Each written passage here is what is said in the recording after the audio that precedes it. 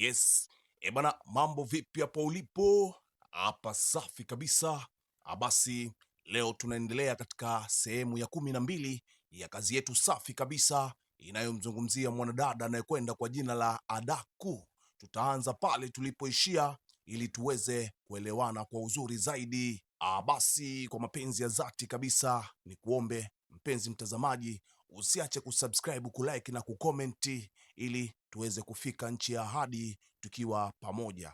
Na kama ulisha subscribe na kulike, usiache kukomenti baada ya kumaliza kutazama kazi. Okay, tunaendelea. Mama Arinza alikuja chumbani kwa Arinza ili kumtazama Kesi, lakini hakumuona. Akasema atakuwa yuko wapi? Labda ameenda chooni. Ameenda chooni kumwangalia, nako pia Kesi hayupo. Akasema uende labda ametoka yuko sebleni, napo anaenda sebleni hayupo. Akajiuliza atakuwa yuko wapi huyu? Usiku wote huu atakuwa ameenda wapi? Au labda ameenda jikoni. Ngoja nikamwangalia jikoni. Basi tunakuja ule upande wa makaburini. Yule kijana ambaye aliagizwa na Arinza akamwita kuhani mkuu, muda huu ndo alikuwa anawasili kuleta majibu. Kijana anasema mkuu wangu. Arinza anamwambia zungumza, niambie kuna nini? Kuhani mkuu yuko wapi? Mbona umekuja mwenyewe? Mkuu wangu, kwani mkuu amekataa kabisa kunifata na kuja naye hapa. Amesema kila mmoja aende nyumbani akapumzike, ana maono aliyoyaona, kwa hiyo kesho atakuja Ikulu kwa ajili ya kuzungumza na nyinyi. Walishangaa. Arinza akasema basi tuondoke, lakini namwachaje Kesi? Na hapa atakuwa amefikaje? Ngoja kwanza, siwezi kumwacha mke wangu. Akaenda kumwamsha, anamwita Kesi, niambie umefikaje hapa? Umewezaje kufika hapa? Lakini Kesi alikuwa hawezi kuongea kitu chochote kile, maana yupo kama zezeta vile. Lakini akasema ngoja nikimbilie msafara wa jeneza, usije ukaniacha, huyu atakuja tu pindi fahamu itakapomrejea sawasawa. Lakini kabla hawajafika mbali, Kesi na yule kijana walianza kuvibrate vibaya mno. Ilibidi Arinza arudi kuja kuangalia ni kitu gani kinachotaka kuendelea, lakini kumbe walikuwa wanatoka katika ile hali ya usingizi na kurejesha fahamu zao. Baada ya muda kidogo wakaanza kujitambua angalau kidogo, lakini baada ya kupata ufahamu kidogo, yule mtoto wa waziri mkuu alikurupuka. Mzee akaunga naye mtoto wake kumkimbiza asije akapata majanga zaidi huko anapokimbilia. Arinza naye anadili na mkewe, anamuita Kesi, ni mimi, umenitambua? Kitu gani kwani kilichokutokea? Mbona uko hapa? Kesi, niangalie mimi, hebu niangalie, umefikaje hapa? Kesi anasema sijui nimefikaje. Kesi, unaweza kuniangalia mimi? Unaweza kuniambia ni kitu gani kilichotokea? Sijui. Mimi nilikuwa niko chumbani tu nimelala, ghafla nikasikia sauti imeniita. Hilo ndo jambo pekee ninalokumbuka. Arinza akamwambia sawa, ulisikia sauti, sawa. Basi tulia kipenzi. Yule mzee Mkuda alishindwa kuvumilia, akamwambia Arinza, mkuu wangu, ni maelezo gani mengine unayotaka kuyajua hapo? Miungu imewachagua kwa ishara kabisa, wanatakiwa wazikwe na mfalme, vinginevyo kutakuwa na matokeo mabaya. Nadhani ulisikia majibu ya kuhani mkuu, kwani amesema ya kwamba mfalme hatozikwa tena leo, na mabinti waliochaguliwa kuzikwa na mfalme hawatozikwa naye tena, bali wale ambao wamekutwa makaburini ndio hao watakaozikwa nao, ili kukamilisha ishara ya agano kuu. Si ndio hivyo ulimsikia amesema? Maneno aliyoyazungumza mzee ni maneno yenye tija katika mila zao, lakini mzee alikosea maneno hayo kuyazungumza mbele ya Arinza. Arinza ni mtu ambaye hataki masiara kabisa na mkewe. Alimrukia shingoni mzee na kuning'inia naye ile kiroho mbaya. Anamwambia, we mzee, nimesha kuonya mara ngapi? Unani challenge, si ndio? Unataka kuiona nguvu yangu sasa ya ukweli, si ndio? Si nilikwambia we na rafiki zako usipite njia zangu mimi? Unapinga maagizo yangu, si ndio? Sasa sikiliza na usikie vizuri. Acha mbingu zianguke na dunia ipasuke, mke wangu hawezi kuzikwa na mfalme. Alafu nimepata wazo zuri sana. Kwa nini wewe ndo tusikuzike na mfalme? Unaonaje hiyo? Baada ya kupigwa mkwara mzito, Arinza akawaambia tuondoke. Yule mzee kiongozi, baada ya kumkimbiza mtoto wake kwa muda kidogo, alifanikiwa kumpata. Akamwambia, mwanangu, tulia nisikilize. Hakuna mtu yeyote anaweza kukutoa sadaka katika mila. Babako niko hapa. Dogo anasema, ndiyo baba. Niambie sasa, uliwezaje kuja kwenye haya makaburi ya kifalme? Uliwezaje, yani umeingiaje kwenye haya makaburi ya kifalme? Au unaweza kuniambia ni nani alikupeleka pale? Baba, kusema kweli sijui ilikuwaje. Nilikuwa nimetawaliwa na sauti ya ajabu, nikapoteza fahamu. Sijui tena ilikuwaje baada ya hapo. sauti yoyote au upuuzi wowote ule unaotumia kukutawala, nimesema hakuna mtu yoyote anayeweza kukugusa mwanangu. Sawa? Hivyo ndivyo nilivyosema na ni lazima iwe. Yaani katika ufalme huu hakuna mtu anayeweza kukugusa. Mila haiwezi kumchukua mwanangu katika ufalme huu. Katika ufalme huu haiwezekani mila ichukue mwanangu, haiwezekani kabisa. Twende tuondoke nyumbani, twende nyumbani mwanangu. Asubuhi palipokucha, safari ya kwanza kwa waziri ilikuwa ni moja kwa moja Ikulu kwa ajili ya kuongea na Arinza.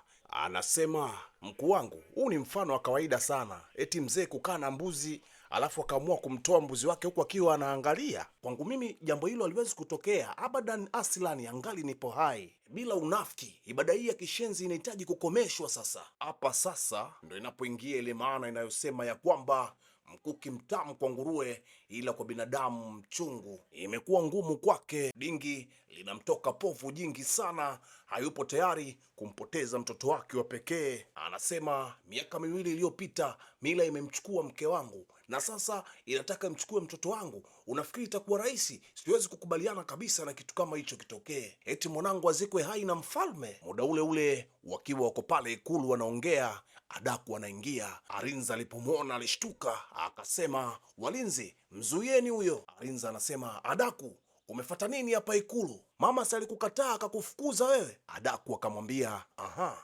hilo lilikuwa ni tangazo la maadili ambalo lilitolewa kwa hasira. Walinzi wakaeka gadi. Adaku alipofika akawasukuma, akawaambia, wapuuzi, nyie mwacheni njia. Sasa nimeamua kurudi nyumbani kwa baba yangu. Kwani kuna shida? Marhaba Arinza, bado unatiririka katika mishipa ya damu yangu. Alafu nimesikia kilichotokea kuhusu mkeo Kesi pamoja na mtoto wa huyu kiongozi wako hapa, ya kwamba walikuwa katika kaburi la mfalme wamelala. Arinza, hilo ni chukizo. Nadhani wote wawili mnajua maana yake ni nini. Utamaduni sio kipofu.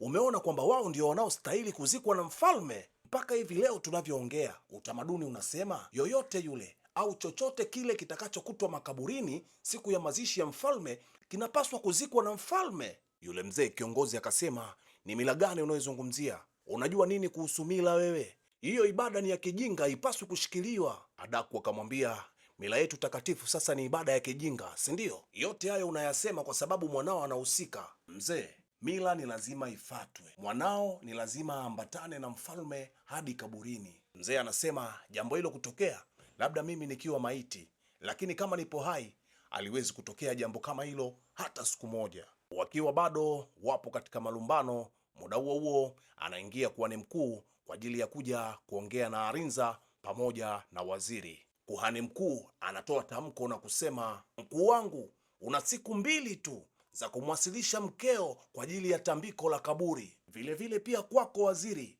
una siku 2 tu za kumwasilisha mwanao kwa ajili ya tambiko la kaburi. Desturi na mila ya nchi yetu ni lazima itawale. Kwa kufanya hivyo, ni lazima tuwe na matokeo mazuri. Yule mzee kiongozi alikuja juu akamwambia, matokeo gani?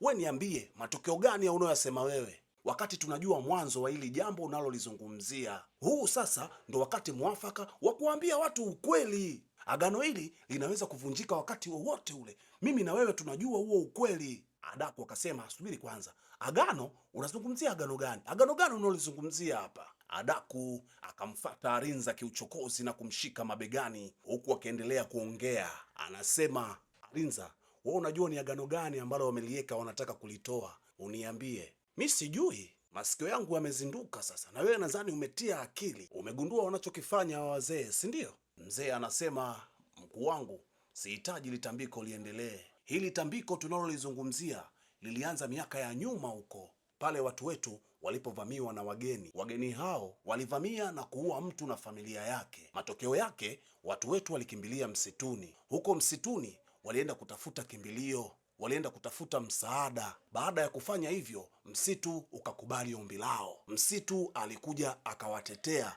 hatimaye wakapata ushindi katika vita yao. Kutokana na msaada huo, akawapa masharti.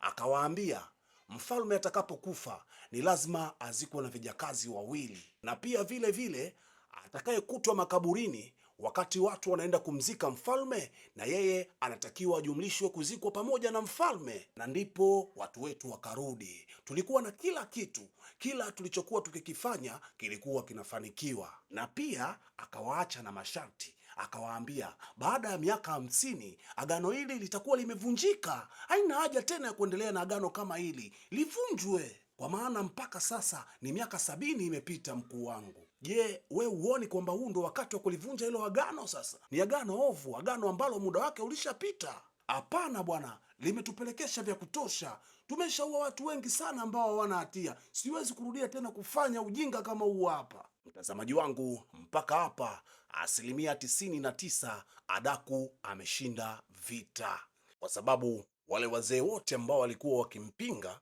sasa hivi wamehamia upande wa Adaku. Aliyebaki ni mmoja tu, yule mzee ambaye ni Mkuda.